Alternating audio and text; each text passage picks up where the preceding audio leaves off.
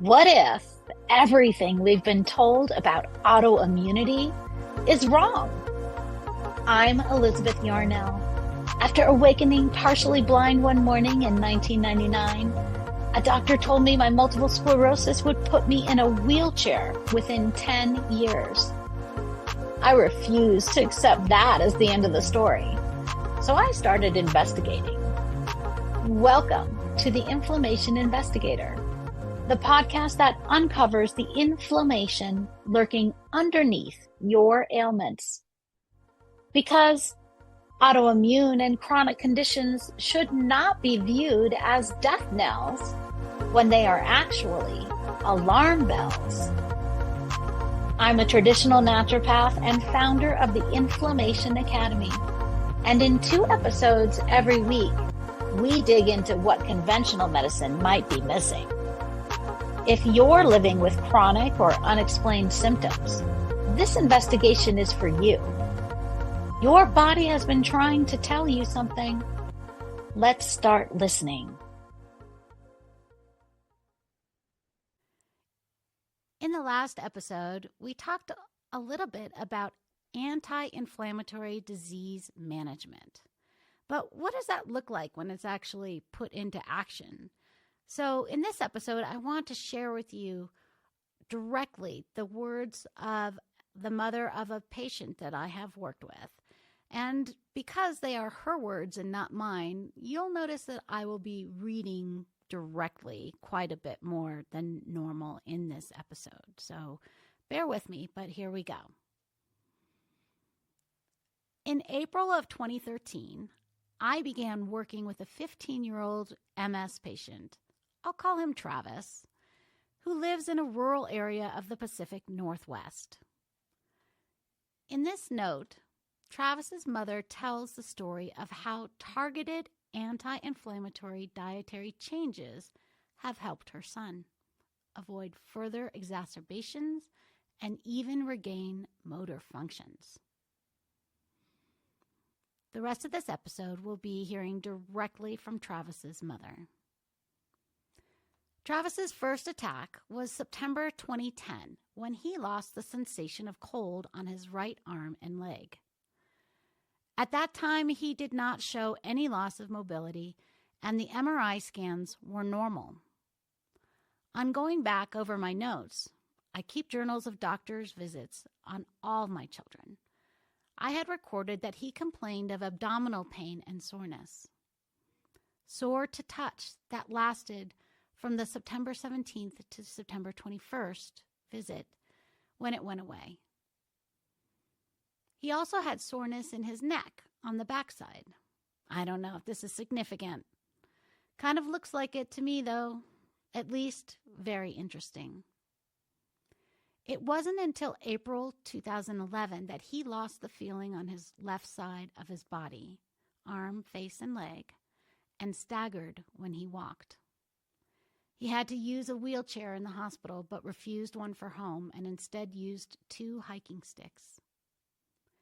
The MRI showed 10 lesions on his brain and spine.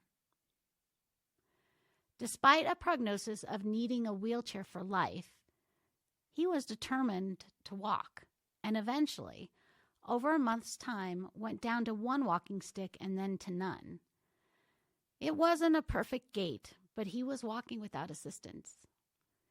He went on to have small MS exacerbations in the fall and following spring of 2012. It wasn't until after attending a church youth camp in July 2012 that he had another, more substantial attack where his right arm, leg, and speech were affected. He recovered from these too, but not 100%. We noticed he would drag a foot up the stairs. Clump, clump, pause, clump, clump, pause. The next round of MRI scans showed more lesions, and the doctor wanted to double his Avonex shots. He was starting to get increasing side effects from this medication at the shot site, and also flu symptoms and depression.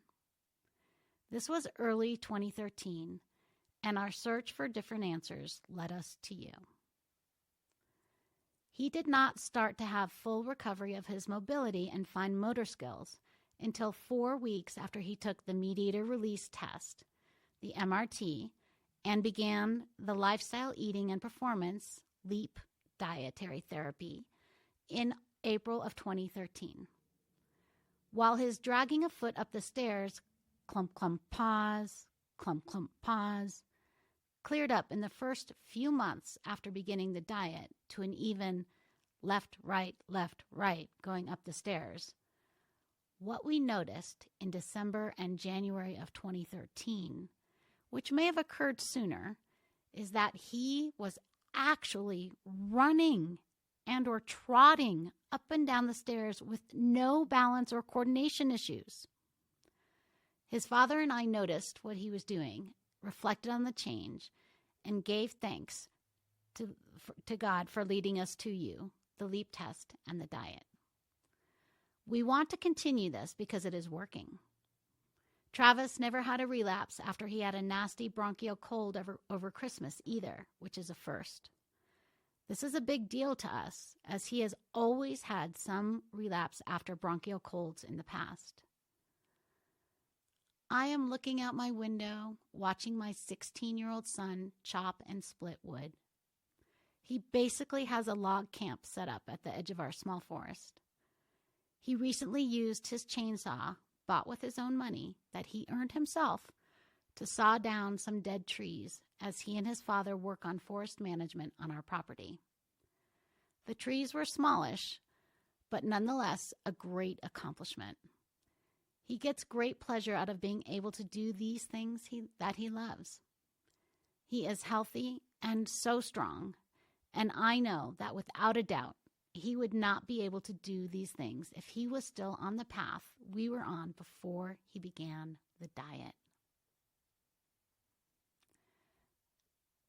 Those were the words directly from this client's mother, Travis's mother. But now I just want to share a couple of key takeaways from the episodes that we have listened to so far going along in this podcast. Number one, hidden inflammation is likely at the base of most of your chronic symptoms of pain, discomfort, or dysfunction.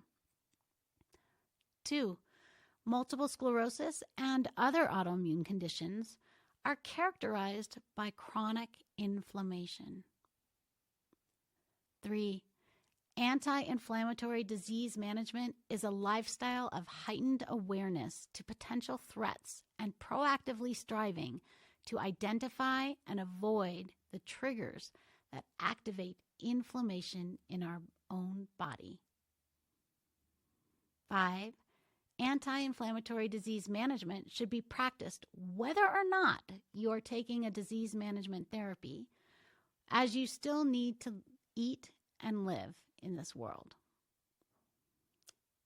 And 6, targeted diet and other lifestyle strategies can make a big difference in how you feel and function.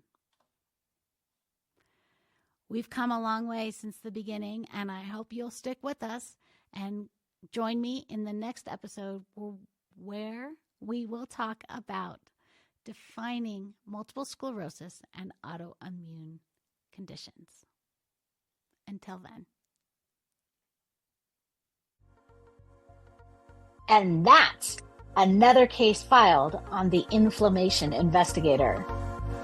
Remember, every symptom is your body's way of communicating. We just need to learn the language. If today's episode sparked something for you, I want to hear about it. Share your own investigation discoveries with me on social media at Elizabeth Yarnell, or find me at elizabethyarnell.com. Your experience could be exactly what another listener needs to hear. And make sure you're subscribed so you never miss an episode. And here's the thing about investigations. They work best when you're not going it alone. If this podcast is helping you uncover the answers you've been searching for, please like, rate, subscribe, and review, and share it with someone who needs to hear this message. As a new podcast, these actions mean more than you know. Want to dive deeper into your own inflammation investigation? Head over to inflammationinvestigator.com, where you can take my free inflammation quiz to uncover which hidden triggers might be affecting your health. Until next time, this is Elizabeth Yarnell, your inflammation investigator, reminding you that the solutions to your health issues are out there.